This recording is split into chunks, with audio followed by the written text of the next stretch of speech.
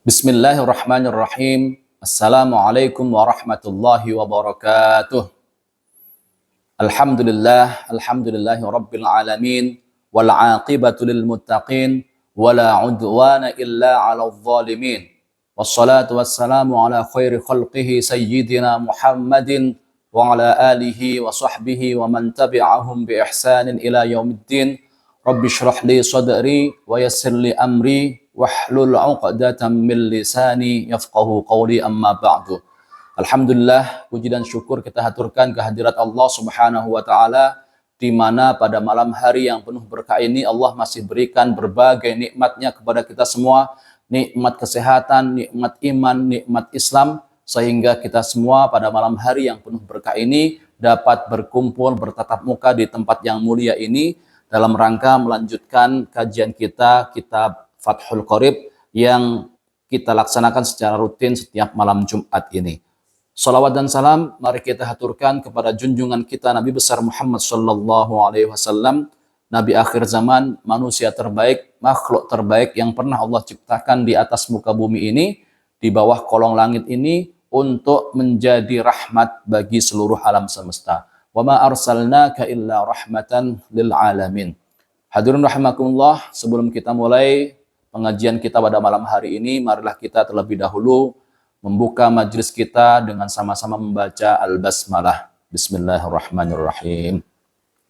Dan untuk menambah keberkahan, marilah kita hadiahkan suratul Fatihah untuk muallif kitab ini, yaitu Asy-Syaikh Al-Allamah Muhammad bin Qasim Al-Ghazzi, dan juga penulis matan kitab ini, yaitu matan Al-Ghayah wa Taqrib, yaitu Asy-Syaikh Al-Allamah Abu Syuja Al-Asfahani, yang telah menulis kitab ini sehingga ilmunya, barokahnya, manfaatnya sampai kepada kita semua. Semoga Allah Subhanahu wa taala jadikan apa yang telah mereka berdua lakukan ini sebagai amal jariah yang pahalanya terus mengalir kepada mereka semua hingga yaumil akhir kelak. Ala hadhihi niyyah wa kulli niyyatin shalihah wa ila hadratin nabiyil mustafa Muhammad sallallahu alaihi wasallam. Lahumul Fatihah. A'udzu billahi minasyaitonir rajim. Bismillahirrahmanirrahim.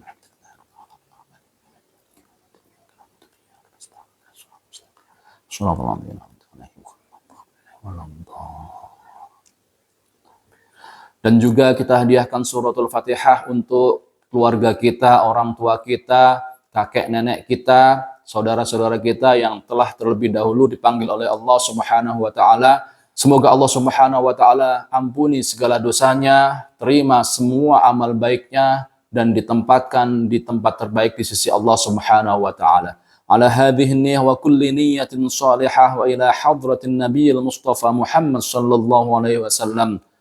Lahumul Fatihah. A'udzu billahi minasyaitonir rajim.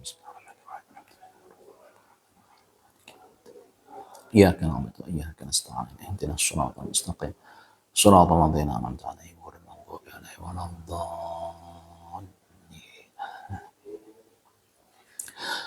Dan juga kita hadiahkan suratul Fatihah untuk keluarga kita, anak kita, orang tua kita, saudara-saudara kita, kerabat kita, dan juga teman-teman kita yang saat ini sedang diuji oleh Allah Subhanahu wa taala dengan berbagai penyakit, yang saat ini sedang sakit. Semoga Allah Subhanahu wa taala segera angkat penyakitnya, segera sembuhkan segala penyakitnya, dan dikembalikan kondisinya sebagaimana semula. Ala hadhihi niyyah wa kulli niyyatin shalihah wa ila hadratin nabiyil mustafa Muhammad sallallahu alaihi wasallam. Al-Fatihah. A'udzu billahi minasyaitonir rajim. Bismillahirrahmanirrahim. Alhamdulillahi rabbil alamin. Ar-Rahmanir-Rahim. Maliki yaumiddin. Iyyaka na'budu wa iyyaka nasta'in. Ihdinas shiratal mustaqim. Shiratal ladzina an'amta 'alaihim ghairil maghdubi 'alaihim waladdallin. Amin ya rabbal alamin. Baik, hadirin rahimakumullah, mari kita lanjutkan kajian kitab kita, di mana pada pertemuan minggu lalu kita sudah membahas tentang Kitabut Thaharah atau kitab tentang bersuci, pasal tentang bersuci, di mana sudah kita bahas tentang pembagian air dan juga jenis-jenis air. Insya Allah pada malam hari ini kita lanjutkan kajian kita masih tentang Thaharah. Kali ini insya Allah kita akan bahas Faslun fi dzikri syai'in minal a'yan al-mutanajjisah wa ma yathuru minha bid-dabghi wa ma la yathur. Yaitu pasal tentang benda-benda najis dan benda-benda yang dapat disucikan melalui cara disamak, dan benda apa saja yang tidak dapat disucikan melalui cara disamak. Baik, langsung saja saya bacakan dulu matannya. Qala al-musannif rahimahullah wa nafa'ana bihi wa bi'ulumihi fid dharain amin. Faslun wa juludul maitati tathuru bid-dibaghi illa jildal kalbi wal khinziri wa ma tawallada minhuma aw min ahadihima wa 'azmul maitati wa sya'ruha najisun illa al-adamiyya. Wa juludul maitati kulluha tathuru bid-dibaghi sawa'un fi dzalika maitatu ma'kulil lahmi wa ghairihi. Dikatakan oleh musannif, wa juludul maitati kulluha tathuru bid-dibagh. Dan kulit dari seluruh bangkai binatang itu bisa disucikan dengan cara disamak. Artinya bahwa hukum dasar daripada kulit bangkai binatang itu adalah tidak suci. Dan kalau tidak suci artinya tidak boleh digunakan, tidak boleh dipakai, apalagi untuk beribadah.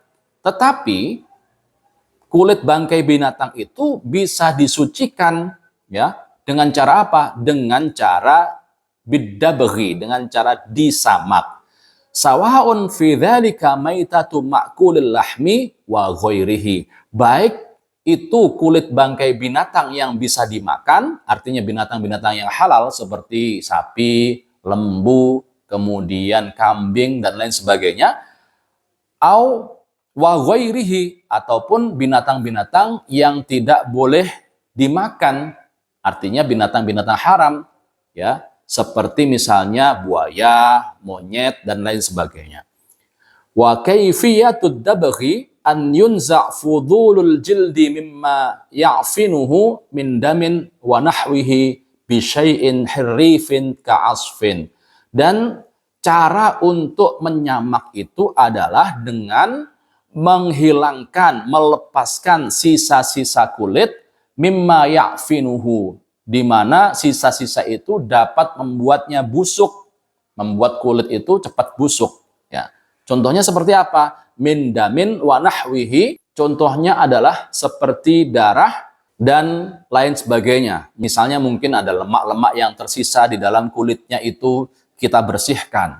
Darah yang tersisa di dalam kulitnya itu atau bulu-bulu yang tersisa itu kemudian dihilangkan, sehingga tidak membuat kulit tersebut menjadi busuk. Bisyai'in hirrifin ka'asfin, ya, dihilangkan dengan apa? Dengan menggunakan sesuatu yang tajam seperti kulit misalnya, ya. Tapi kalau sekarang mungkin bisa digunakan dengan benda-benda tajam seperti pisau, silet, dan alat-alat khusus yang digunakan untuk menyamak kulit. Walau kana al-hirrifu najisan kadzarki hamamin kafa fid dabghi. Dan seandainya pun alat yang digunakan itu merupakan benda yang najis, contohnya seperti apa? Contohnya disebutkan di sini seperti kotoran burung merpati. Seperti kotoran burung merpati, maka itu pun cukup untuk melakukan penyamakan kulit. Artinya boleh, meskipun benda yang kita gunakan untuk menyamak itu najis, tapi kalau dia tajam, maka boleh digunakan untuk menyamak. Illa jaldal kalbi wal khinziri wa ma tawallada minhuma aw min ahadihima ma hayawanin tahirin fala yadhuru bid-dibag. Tetapi kulit-kulit binatang tadi yang bisa disucikan itu ada dua pengecualian. Ada pengecualiannya. Tidak semua kulit binatang atau bangkai binatang itu bisa disucikan melalui disamak, ya, melalui cara disamak. Yang tidak boleh atau tidak dapat disucikan itu apa? Yang pertama adalah illa jaldal kalbi wal khinzir. Yang pertama adalah kulit bangkai anjing dan yang kedua kulit bangkai babi. Jadi kedua binatang ini sudah dari hukum dasarnya najis, maka bangkainya pun juga najis dan tidak bisa disucikan melalui cara disamak, ya. Wa ma tawallada minhuma aw min ahadihima, dan juga hewan yang lahir dari keduanya, artinya anak dari anjing dan anak daripada babi itu juga tidak bisa disucikan kulitnya, ya. Kalau seandainya misalnya anak anjing itu mati, kemudian anak babi itu mati, kemudian kulitnya itu disamak, itu tetap tidak menghilangkan kenajisannya. Au min ahadihima, hewan yang lahir dari salah satu dari keduanya melalui perkawinan silang. Misalnya anjing kawin silang dengan kucing, ya. Kemudian lahirlah anaknya. Nah, anaknya ini kalau mati, bangkainya, kulitnya tidak bisa disamak. Kalaupun disamak, itu tidak menghilangkan kenajisannya. Jadi tetap najis. Atau misalnya babi kawin silang dengan hewan yang lainnya. Misalnya kawin silang dengan kuda.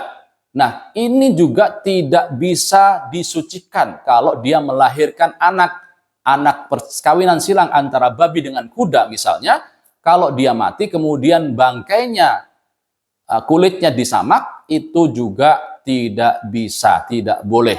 Karena hukum dasarnya tetap najis karena dia merupakan hewan kawin silang antara babi dengan kuda, di mana salah satu dari kedua hewan tersebut adalah najis, yaitu babi. Kemudian wa 'azmul maitati wa sya'ruha najisun. Kadza al maitah aidan najisatun. Dan tulang belulang bangkai binatang dan juga rambutnya itu hukumnya najis. Wa kadza al maitatu aidan najisatun. Demikian juga bangkai binatang itu sendiri najis hukumnya. Sehingga kalau ada tulang belulang bangkai binatang, ya, bangkai di sini tentunya sesuatu yang kemudian disembelih tidak dengan cara Islam, tidak disembelih dengan cara menyebut nama Allah, kemudian ada tulang di situ, kita sentuh tulangnya, maka kita menjadi terkena najis. Dan juga rambutnya, misalnya ada bangkai binatang kuda di pinggir jalan yang mati entah karena apa, kemudian kita sentuh rambut kuda, kita sentuh bulunya, maka kita menjadi terkena najis. Wa kadza al-maitah aidan najisatun. Demikian juga bangkai binatang itu sendiri, keseluruhan tubuhnya, artinya dia juga najis.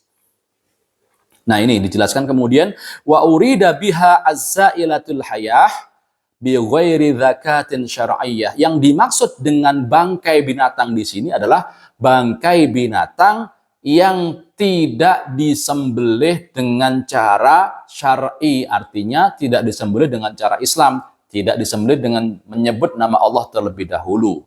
Maka itu bisa disebut dengan bangkai. Fala yustathna hina idzin janinul mudzakkati idza kharaja min batni ummihi maitan li'anna dzakatahu fi dzakati ummihi. Maka dengan demikian, kalau definisi bangkai adalah hewan yang mati bukan karena disembelih secara syar'i, maka hal itu juga termasuk anak daripada hewan yang tidak disembelih secara syariat. Artinya, hukum keharaman ini juga berlaku, tidak dikecualikan kepada hewan atau anak hewan yang lahir, yang keluar dari perut hewan yang tidak disembelih secara syariat. Misalnya ada bangkai binatang, ya, yang tidak disembelih secara syariat, kemudian di dalam perutnya itu ada janinnya, ada bayi binatangnya, anak binatangnya. Kemudian anak binatang itu juga dikeluarkan, ya, dari perutnya, maka ini juga berlaku kenajisannya. Kalau kita menyentuh anak binatang yang keluar dari hewan yang tidak disembelih secara syariat tadi, maka hukumnya juga sama, yaitu najis. Kenapa? Li'anna dzakatahu fi dzakati ummihi, karena penyembelihan binatang tersebut mengikuti penyembelihan induknya. Kalau induknya disembelih secara tidak syariat, maka bangkainya menjadi najis. Demikian juga anaknya mengikuti hukum daripada induknya. Kalau induknya tidak disembelih secara syariat, maka dia menjadi bangkai dan haram atau najis untuk disentuh. Demikian juga anaknya, dia menjadi najis. Sebaliknya, kalau misalnya binatang tersebut disembelih secara syariat, ayam, sapi, kerbau, kambing, disembelih secara syariat, kemudian di dalam perutnya ternyata ada janinnya, sapi misalnya ada janin bayinya, kemudian dikeluarkan, ya, bayi tersebut, bayi sapi tersebut, maka hukumnya itu sama dengan hukum induknya, yaitu halal atau tohir, suci, apabila si induk itu disembelih secara syar'i. Selanjutnya, wa kadza ghairuhu minal mustathniyat al-madhkura fil mabsutat. Demikian juga pengecualian-pengecualian lainnya yang disebutkan di dalam kitab-kitab fikih yang lebih panjang, yang lebih besar, ya. Tsumma istathna min sya'ril maitati qawlahu illal adamiyya ay fa inna sya'rahu tahirun kamaitatihi. Kemudian mu'alif mengecualikan perkara rambut, yaitu disebutkan tadi bahwa seluruh bangkai binatang itu rambutnya adalah najis apabila tidak disembelih secara syar'i. Tapi dikecualikan di dalam hal ini adalah rambut daripada manusia, ya. Rambut manusia itu dikecualikan illal adamiyya fa inna sya'rahu tahirun kamaitatihi. Kalau bangkai manusia, misalnya kalau kita mendapati bangkai manusia di pinggir jalan, kalau kita sentuh bangkainya, rambutnya itu tidak najis.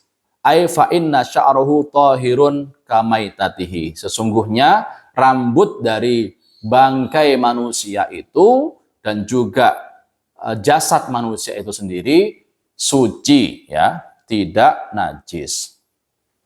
Demikian pasal tentang benda-benda najis dan bagaimana cara mensucikannya melalui cara disamak. Selanjutnya kita lanjutkan sedikit lagi. Faslun fi bayani ma yahrumu isti'maluhu minal awani wa ma yajuz. Pasal tentang benda atau wadah-wadah yang haram untuk digunakan dan boleh untuk digunakan. Wa bada'a bil awwali faqala wa la yajuzu fi ghairi daruratin lirajulin aw imra'atin isti'malu syai'in min awani adh-dhahabi wal fiddah. Dan dikatakan oleh musannif la yajuzu fi ghairi daruratin lirajulin aw imra'atin isti'malu syai'in min awani adh-dhahabi wal fiddah. Tidak dibolehkan. Artinya kalau tidak dibolehkan di sini hukumnya haram. Haram hukumnya tidak dibolehkan jika tanpa ada kebutuhan, jika tanpa kondisi yang darurat bagi perempuan dan laki-laki untuk mempergunakan wadah-wadah yang terbuat daripada emas dan perak. Jadi catatan di sini adalah jika tanpa ada kebutuhan dan kondisi darurat. Kalau ada kondisi darurat dan memang penting dan harus digunakan wadah-wadah yang terbuat dari emas dan perak, maka boleh. Dan ini berlaku untuk kaum laki-laki maupun perempuan. Ya, baik laki-laki maupun perempuan haram hukumnya mempergunakan wadah-wadah yang terbuat dari emas dan perak. Misalnya gelas, ya, piring untuk makan, gelas untuk minum, kemudian baskom yang terbuat dari emas dan perak. Semua itu haram digunakan baik oleh laki-laki maupun perempuan. La fi aklin wala fi syarabin wala ghairihima. Baik itu digunakan untuk makan, minum ataupun untuk hal-hal yang lainnya, ya, seperti untuk mandi, untuk menampung air, ya, kemudian untuk membersihkan muka dan lain sebagainya, itu semua haram digunakan baik oleh perempuan maupun oleh laki-laki. Wa kama yahrumu isti'malu ma dzukira yahrumu ittikhadhuhu min isti'malin fil as-sahhi. Dan sebagaimana haram digunakan untuk dipakai, ya, benda-benda tadi baik emas maupun perak, sebagaimana diharamkan untuk digunakan, maka menurut pendapat yang lebih kuat, haram juga untuk tidak digunakan. Artinya disimpan saja benda-benda tadi juga tidak boleh. Misalnya kita punya gelas yang terbuat dari emas, piring yang terbuat dari perak, kemudian baskom, ember yang terbuat dari perak atau emas, kemudian kita simpan. Itu menurut pendapat yang paling kuat di dalam fikih Syafi'i itu diharamkan, tidak boleh. Wa yahrumu aydhan al-ina al-matli bidhahabin aw fiddatin in hasala minat tilai syai'un bi'ardihi 'alan nari. Demikian juga diharamkan menggunakan wadah-wadah yang disepuh, ya, yang dilapisi dengan emas atau perak apabila wadah tadi jika dibakar kemudian berubah sepuhannya. Artinya kemudian misalnya jika dibakar wadah tersebut mengeluarkan bunyi-bunyi kretek-kretek atau kemudian terlepas sepuhannya, lapisan-lapisan emasnya itu, maka tidak dibolehkan untuk digunakan, ya. Wa yajuzu isti'malu ina'i ghairihima ay ghairi dhahabi wal fiddah minal awani an-nafisah ka ina'i yaqutin. Dan dibolehkan untuk menggunakan wadah-wadah yang terbuat dari selain emas dan perak, ya. Meskipun itu harganya mahal dan sangat berarti, sangat bernilai. Ya, misalnya apa? Misalnya wadah yang terbuat dari batu permata, dari yakut, dari mutiara, dari batu permata, itu boleh digunakan selain emas dan perak. Wa yahrumu al-ina al-mudhabbab bi dhabbati fiddatin kabiratin urfan li zinatin. Dan juga haram hukumnya mempergunakan wadah yang dilapisi dengan lapisan perak yang ukurannya secara adat itu tergolong besar. Dan tujuannya adalah untuk perhiasan saja. Jadi misalnya ada wadah yang terbuat tidak dari perak, misalnya ada baskom yang terbuat dari besi, kemudian dilapisi dengan lapisan lempengan yang terbuat dari perak dan ukurannya secara adat itu tergolong besar, maka hal itu tidak dibolehkan meskipun tujuannya hanya untuk perhiasan saja. Haram hukumnya mempergunakan wadah yang dilapisi dengan lapisan perak seperti itu. Fa in kanat kabiratan li hajatin jaza ma'al karohah. Tetapi apabila lapisan peraknya tersebut itu cukup besar secara adat, namun ada kebutuhan untuk itu, ada kondisi darurat untuk mempergunakan hal itu, maka hal itu hukumnya adalah boleh tetapi dengan makruh. Artinya meskipun boleh tapi makruh hukumnya mempergunakannya. Au saghiratan urfan li zinatin kurihat. Atau misalnya lapisan peraknya itu hanya kecil atau sedikit saja, tetapi tujuannya untuk perhiasan, sebagai perhiasan, maka hal itu hukumnya makruh. Au li hajatin fala tukrah, atau memang lapisan tersebut ditempelkan karena adanya kebutuhan, karena ada kondisi darurat, maka hal itu tidak menjadi makruh hukumnya. Boleh hukumnya mempergunakannya. Kondisi darurat di sini misalnya apa? Misalnya untuk pengobatan di mana syaratnya adalah bahwa baskom tersebut atau tempat tersebut harus dilapisi dengan lapisan perak. Nah, ini karena ada kebutuhan, karena ada kondisi darurat di situ, maka boleh hukumnya. Ya. Amma dhabbatu dzahabi fatahrumu mutlaqan kama sahhahahu An-Nawawi.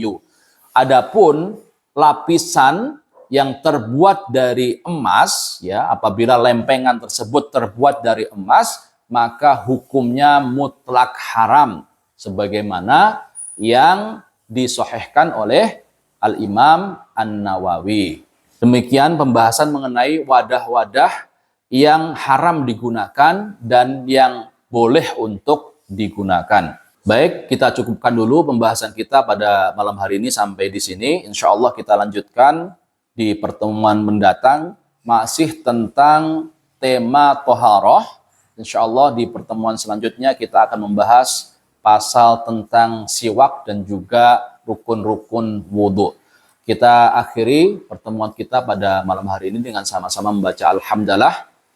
Alhamdulillahirrabbilalamin. Dan kita tutup dengan doa kafaratul majlis. Subhanakallahumma wa bihamdika asyhadu an la ilaha illa anta astaghfiruka wa atubu ilaik. Semoga apa yang kita bahas, yang kita kaji pada malam hari ini mendatangkan keberkahan bagi kita, bagi keluarga kita, dan bagi anak cucu kita. Ala hadhihi niyah wa kulli niyatin salihah wa ila hadratin nabiyil mustafa Muhammad sallallahu alaihi wasallam. Al-Fatihah. A'udzu billahi Bismillahirrahmanirrahim. Bismillahirrahmanirrahim. Alhamdulillahirrahmanirrahim. Iyyaka na'budu wa iyyaka nasta'in. Ihdinas siratal mustaqim. Shiratal ladzina an'amta 'alaihim. Terima kasih, mohon maaf atas segala kesalahan dan kekurangan. Wallahu muwaffiq ila aqwamit thoriq. Assalamualaikum warahmatullahi wabarakatuh.